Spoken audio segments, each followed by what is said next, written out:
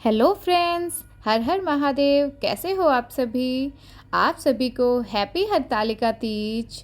तो आज है तीज और तीज के अवसर पर मैं बना रही हूँ घर पर ही गणेश भगवान, शंकर और पार्वती माँ की मूर्ति। तो चलिए देखते हैं कि घर पे आप मिट्टी से किस तरह से बना सकते हैं। कई बारी हमारे जो लोकल मार्केट में है नहीं मिल पाता है, तो घर पर ही आप इस तरह से बना सकते हो।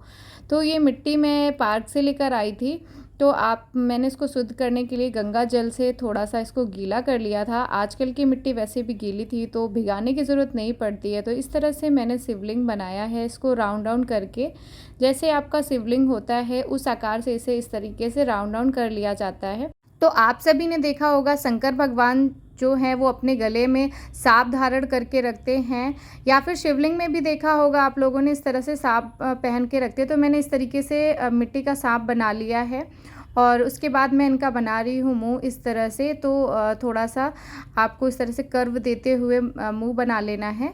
उसके बाद मैं इसमें सेट कर लूँगी। तो हल्का सा गंगा जल जो है मैं उसका ही यूज़ कर रही हूँ, पानी का यूज़ नहीं कर रही हूँ। तो हल्का सा गंगा जल हाथ में लगाकर इस तरह से मिट्टी को चिकना करते जाइए साथ ही साथ, नहीं तो बाद में चिकनी नहीं हो पाती है। उसके बाद मैंने इसमें पतले पतले से तो फन लगा दिए हैं। तो अब मैं यहाँ पर थोड़ी सी मिट्टी लेकर उसे चपटा कर लिया है और उसे शिवलिंग के नीचे रख दूँगी और फिर मिट्टी से थोड़ा सा इसे चिकना कर दूँगी, जॉइंट कर दूँगी, ताकि जब हम शिवलिंग उठाएं तो वो मूर्ति खंडित ना हो। तो आप लोगों को पता है कि खंडित मूर्ति की पूजा नहीं करनी चाहिए, ऐसा बड़े कहते हैं और सभी का मानना यही है कि खंडित मूर्ति की पूजा नहीं करनी चाहिए। तो अब मैं बनाने जा रही हूँ गौरी माता। तो गौरी माता बनाने के लिए मैंने अभी यहाँ पर ले लिया है जो पेट का आकार होता है, तो शरीर का आकार होता है, पहले मैंने वो बनाया। उसके ऊपर मैंने एक तीली लगा दी है। तो तीली मैंने इसलिए लगा दिया है ताकि हम जब माता की नेक बनाएं, गर्दन बनाएं, तो वो टिकी रहे, रिमूव ना हो। तो अभी मैंने यहाँ पर नेक बना लिया है। अब मैं माँ का फेस बना रही हूँ। तो फेस बनाने के लिए आप फेस का आकार इस तरीके से थोड़ा सा ओवल आकार जो होता है वैसा बनाना है। ओवल आकार बनाकर फिर मैंने उसी तीली के ऊपर इस तरह से जॉइंट कर दिया है। तो ऐसे मूर्ति जो है वो खंडित नहीं होती, टूटने का डर नहीं होता जब हम उसे उठाते हैं। तो इस तरीके से नीचे मैंने राउंड करके चिपटा करके इस तरह से उनको बैठाने के लिए इस तरह से आसन बना लिया है, ताकि अगेन मूर्ति उठाने में प्रॉब्लम ना हो। तो अभी मैं इसे ब्रश की सहायता से यहाँ पानी ही ले लूँगी, या गंगा जल कह लो। गंगा जल लेकर इस तरह से चारों तरफ से पानी फिराकर थोड़ा थोड़ा मिट्टी लगाकर इस तरह से मैंने उसे जॉइंट कर लिया है ताकि रिमूव ना हो। और अभी मैं इनका बना रही हूँ माता का पैर। तो माता बैठी हुई बना रही हूँ मैं।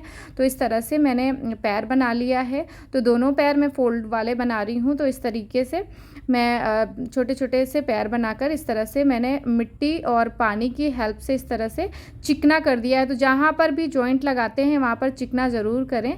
तो चिकना करने से पैर वैर टूटने के जो चांसेस होते हैं वो नहीं होते। मिट्टी होती है, काफ़ी बालुई मिट्टी है ये इस साइड की, तो चिकनी वाली मिट्टी नहीं है, तो थोड़ा सा खंडित होने के डर रहते हैं।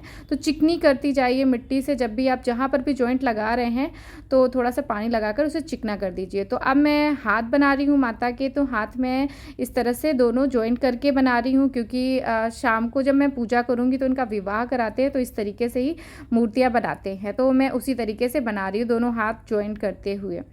तो मैंने माता का हाथ भी बना दिया है और अभी कुछ अधूरा सा लग रहा है, इसलिए मैं यहाँ पर उनके हेयर्स के लिए जूड़ा बना रही हूँ। तो इस तरीके से सिंपली क्या करना है, एक बॉल बना लेना है। उसके बाद इसे हेड पे इस तरह से फिक्स कर देना है। तो कई बार लोग गौर भी बनाते हैं, गौर पता होगा जो लोग जिसमें सिंदूर दान करते हैं, तो वो भी बनाया जाता है। तो मैं आज सिंपली जस्ट जूड़ा बना रही हूँ इस तरह से माता का।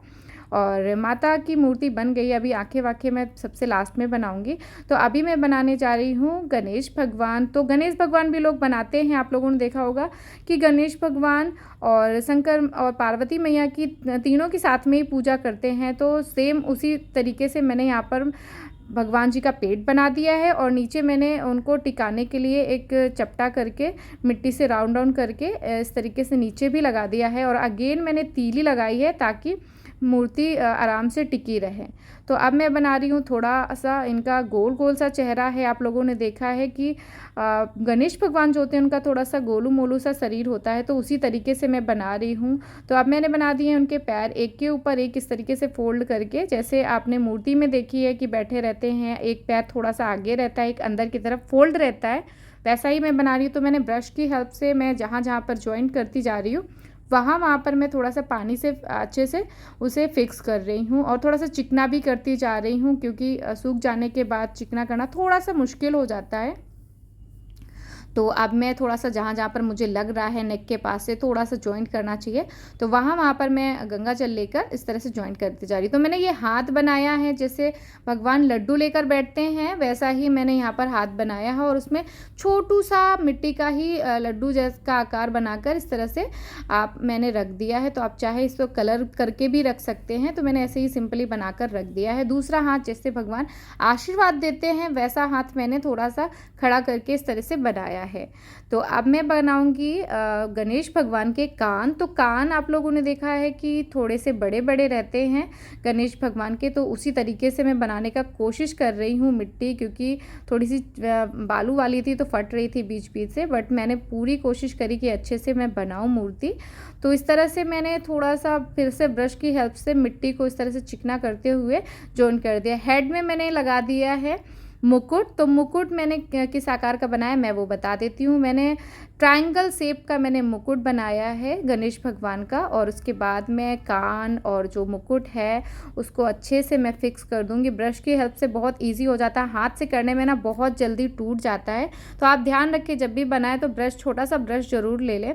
उसके बाद मैंने यहाँ पर डायमंड शेप में मैंने आइज़ बना ली है हाथों से इस तरीके से डिज़ाइन देकर। उसके बाद मैंने पतला पतला सा आईब्रो बना लिया है इस तरह से, उसी मिट्टी से ही एकदम पतली पतली मिट्टी करके उस तरह से ऊपर मैंने इस तरह से आईब्रो बना दिया है। तो अब मैं बनाऊंगी भगवान जी का सूंड। तो इस तरीके से मैंने सूंड बना दिया है थोड़ा साइड में करते हुए, और फिर से मैं उसे फिक्स कर दूंगी अच्छे से पानी लेकर। तो ये काफ़ी देर तक कुछ भी इसमें प्रॉब्लम नहीं होगी, अच्छे से स्टिक रहेगा और ये बिल्कुल भी टूटेगी नहीं। तो पूजा करते समय जब हम उठा कर रखेंगे जहाँ पर हमें पूजा करना है तो बिल्कुल नहीं टूटेगा। उसके बाद मैंने गौरी माता की भी आइज़ सेम जिस तरह से मैंने डायमंड आकार की काटी थी वैसे लगा दी। तो यहाँ पर मैंने लिया है सफ़ेद चंदन जो आता है, तो सफ़ेद वाला शादी में जब भगवान लगाते हैं तो वो भस्म नहीं लगाते हैं, वो इस तरह से सफ़ेद चंदन लगाते हैं। तो जैसा मेरे शिवलिंग में बना हुआ था मैं वैसा ही बना रही। तो यहाँ मैंने रेड कलर से सिंदूर से आइज़ बना दिया है, ऊपर मैंने ओम लिखने की कोशिश करी थी क्योंकि ये बहुत ज़्यादा स्टिकी था। जो ये वाइट चंदन थोड़ा सा स्टिकी था इसलिए थोड़ी सी प्रॉब्लम हो रही थी। उसके बाद मैंने यहाँ पर कुमकुम से या फिर आप किसी भी तरीके से वाइट कलर का कुछ भी ले लीजिए, आइज़ बनाना है। तो आइज़ में मैंने थोड़ा सा कलर कर दिया है, थोड़ा सा रियलिस्टिक दिखाने की कोशिश कर रही थी। तो मैंने यहाँ पर फिर ब्लैक कलर से ब्लैक कलर का काजल ले लीजिए, उससे इस तरीके से आप पीच की जो पुतली होती हैं उसको इस तरह से कलर कर दीजिए। तो दोनों मूर्ति में मैंने इस तरीके से वाइट कलर करके और बीच में मैंने ब्लैक कर दिया है। तो थोड़ा मिट्टी का कलर है तो उसमें ब्लैक थोड़ा सा दिखाना थोड़ा मुश्किल हो रहा था, आईब्रो में कलर करने की कोशिश कर रही थी। फिर मैंने सिंदूर से इस तरह से मैंने उनके लिप्स बनाए भगवान जी के। तो अब देख सकते हो आप कि यहाँ पर मैंने नोज़ भी फाइनली बना दिया। वीडियो पसंद आई हो तो कमेंट में हर हर महादेव लिखना ना भूलें और लाइक शेयर ज़रूर कर दें इस वीडियो को। Thank you, bye bye.